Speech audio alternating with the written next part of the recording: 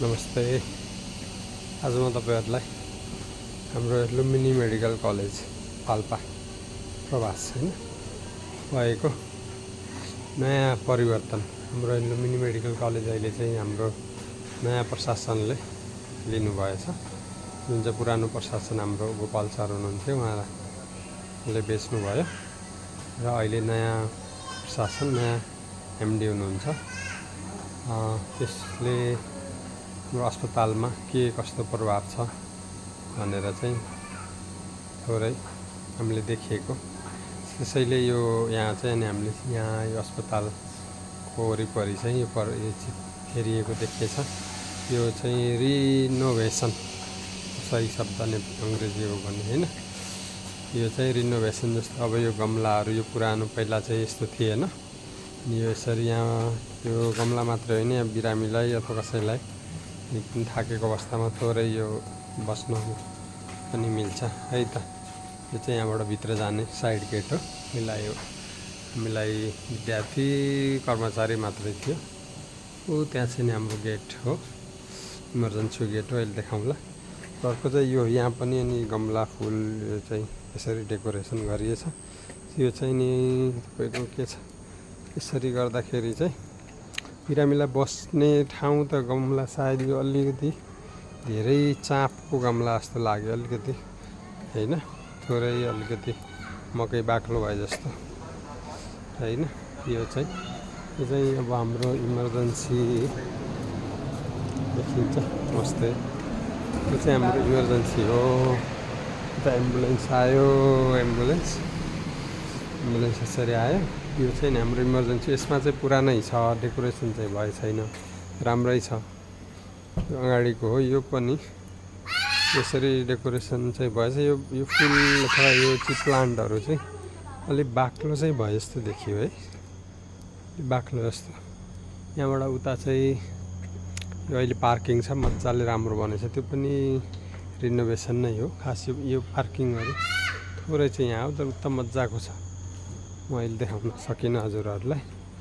अनि अर्को चाहिँ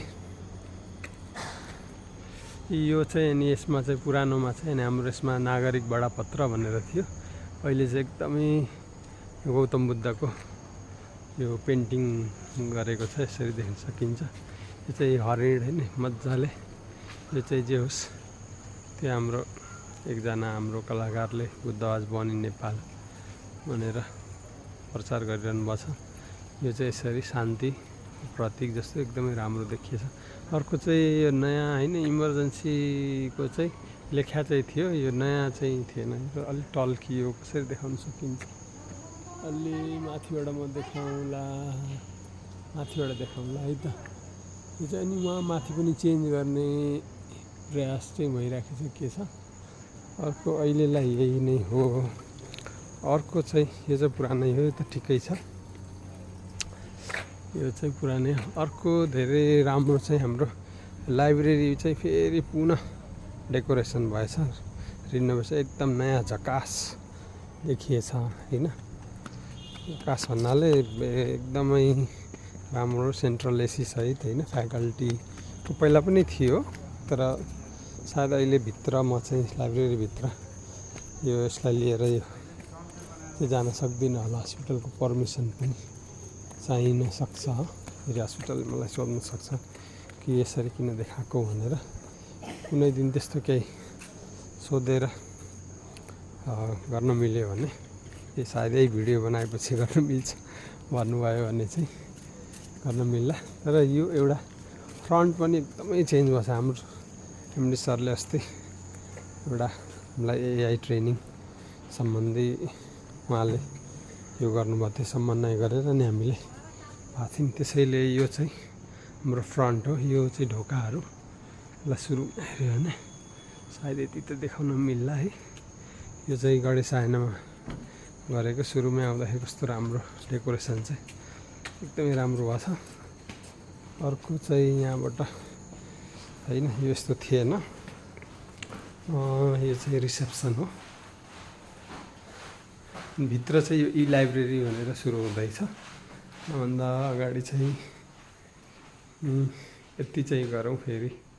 ल आऊ यो मेरो बाबु हो, चप्पल लगाएछ।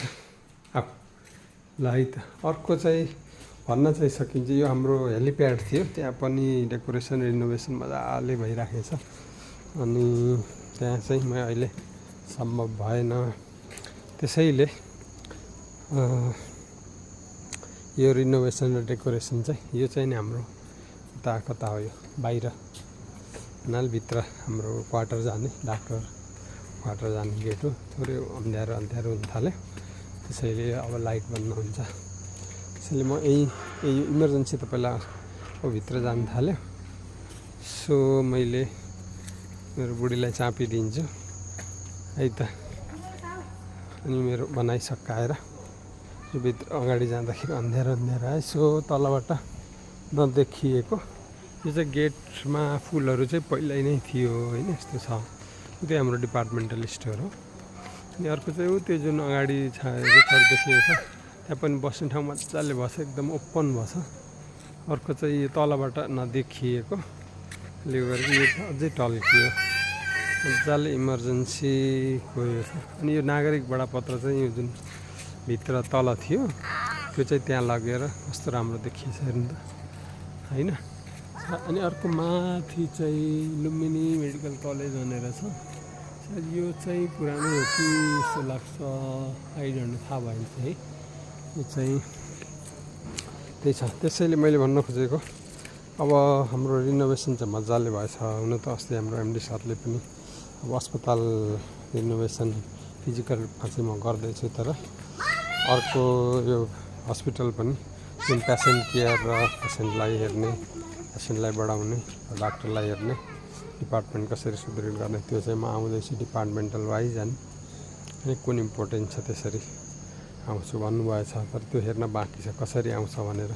किनभने अब अहिले बिमा बन्द भएको छ। हजुर उहाँले भन्दाखेरि बिमा चाहिँ सायद चलि नै रहेको थियो, 4-5 दिन अगाडिको सायद नोटिस आइसकेको थियो होला। बाबु पखन एकछिन 2 मिनटमा सकाएँ, मम्मीसँग जाउँ न, यो लिएर जाउँ त, यो लिएर जाउँ ल ल।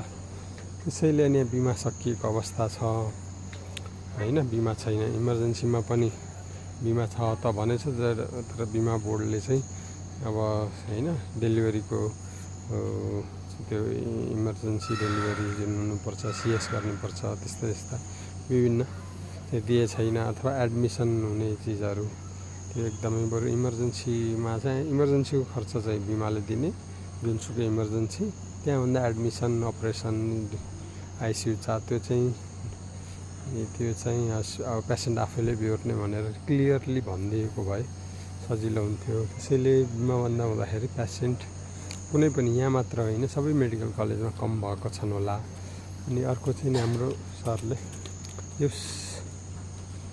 पेसेन्ट फ्रेन्डली बिरामी अस्पताल आउन सक्ने घरबाट बुलावा आएछ, जाउँ अँध्यारो देखिए पनि हामी कुरा गर्दै जान्छौँ है त। त्यसैले अब पेसेन्ट फ्रेन्डली यो चाहिँ कतिको बनाउनुहुन्छ भन्ने कुरा होइन। दक्ष काम गर्ने यो त अब डाक्टर सबै मास्टर गरेको छ। त्यसैले भनेपछि दक्ष जनशक्ति त हामी छौँ नै। मास्टर पढाइ हुने प्रोफेसरहरू भएकै अस्पताल हो। त्यसैले होइन यो बिरामी चाहिँ कसरी आउँछ भन्ने कुरा त्यो चाहिँ हेर्न बाँकी छ। मैले अन्तिममा यसमा एउटा मलाई मनमा भन्न मन लागेको जस्तो कि के छ, पेसेन्ट फ्रेन्डली बनाउनलाई सरकारी अस्पतालभन्दा चाहिँ मेडिकल कलेजहरू एकदमै महँगो हुन्छ भन्ने चाहिँ बिरामीको कहीँको पनि मेडिकल कलेजमा धेरै बिरामीहरूले भन्ने गर्छन्।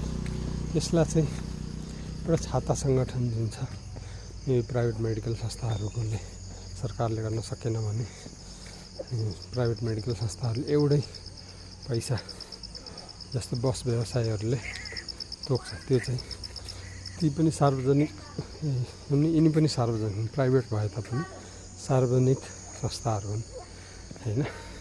मेडिसिटी अथवा बुटलका कुनै पनि सानो अस्पताल अथवा अरू कुनै कहीँका पनि प्राइभेट अस्पतालहरू चाहिँ यस्ता चाहिँ होइनन्। त्यसैले एउटा छात्र सङ्गठनले एउटा के हो पैसा नियमित पैसा गऱ्यो, साह्रै अँध्यारो गऱ्यो भने चाहिँ राम्रो हुन्थ्यो। अर्को कि त एउटा certain amount of money for each and every होइन। यहाँ चाहिँ म यसो यो बाल्यो भने ल यो हाम्रो कोठा लाँदै गइन्छ। अनि मेरो कोठा दोस्रो तल्लामा छ होइन। त्यो सबै medical college Kathmandu, Pokhara, Bhairahawa medical college अथवा नेपालगञ्ज, जनकपुर कहीँ पनि फेरि अँध्यारो भए। त्यसरी म चाहिँ आफ्नो कोठामा आइपुगेँ। यो मेरो कोठा हो। जुत्ता चाहिँ देखाउन त मिल्थ्यो ल, देखाउने। त्यसैले भए सके त सरकारले नै मूल्य समायोजन गर्यो भने चाहिँ धेरै राम्रो। होइन भने कम्तीमा प्राइभेट मेडिकल संस्थाहरूको बोर्ड मेम्बरले चाहिँ एउटा पैसा चाहिँ सबैलाई लागु हुने गरी, जुन बस व्यवसायहरूमा लागु हुन्छ त्यो पनि प्राइभेट संस्थामा तर सार्वजनिक काम गर्ने, सार्वजनिक मान्छेको लागि काम गर्ने, मासमा काम गर्ने त्यो भयो भने चाहिँ प्राइभेट संस्था अथवा मेडिकल संस्थानहरू चाहिँ पेसेन्ट फ्रेन्डली हुन्थ्यो होला। जुन बिरामी चाप नघट्ने, आइरहने, पढ्ने पढाउने ठाउँ भइराख्ने होइन, अनि कन्टिन्यू हुने अनि भन्ने जुन चाहिँ नि हामीलाई अब कुनै पनि पेसेन्टलाई होइन। अनि त्यहाँ एकदम धेरै महँगो छ, आइसियु चार्ज यस्तो छ टिप्नै सक्दैन भन्ने चाहिँ नभयो भने यो चाहिँ नि मेरो तल देखिन्छ। यो चाहिँ नि हाम्रो यस्तो छ है त ल। यो चाहिँ हाम्रो चाहिँ सी ब्लक हो। यताहरूको चाहिँ नगरौँ यस्तो है त। सो त्यसैले हाम्रो मेडिकल कलेजमा भित्र छिर्ने भन्दा ल यहीँ सकाउँछ, त्यसैले पनि हुन्छ। यो मेरो कोठा हो है त। त्यसैले हाम्रो मेडिकल कलेजले के गर्छ हेर्नु बाँकी छ र हाम्रो सुझाव, मेरो पनि सुझाव बनिहाल्यो। सरकारले गर्न सक्ने र प्राइभेट मेडिकल संस्थाहरूले आफैले संस्थान छ त्यो गऱ्यो भने। मेरो टिभी छ यहाँ, बाबुको वर्णमाला। यो मेरो फ्रिज हो, यो मेरो बच्चाको, यो हाम्रो मजाले यस्तो दिएछ पढ्ने ठाउँ, बाहिर हो। यो चाहिँ बच्चाको, यो यहाँ चाहिँ मेरो पढ्ने टेबल हो। यो घुम्ने कुर्सी पाएछु मैले अहिले, पहिला चाहिँ थिएन सायद अर्कोले। यसरी चाहिँ ल्यापटपमा टक्क यसरी है त यस्तो छ। यो क्यालेन्डर हो, क्युबिडीको रहेछ मेरो तुम्लेट है त। नमस्ते, बाई।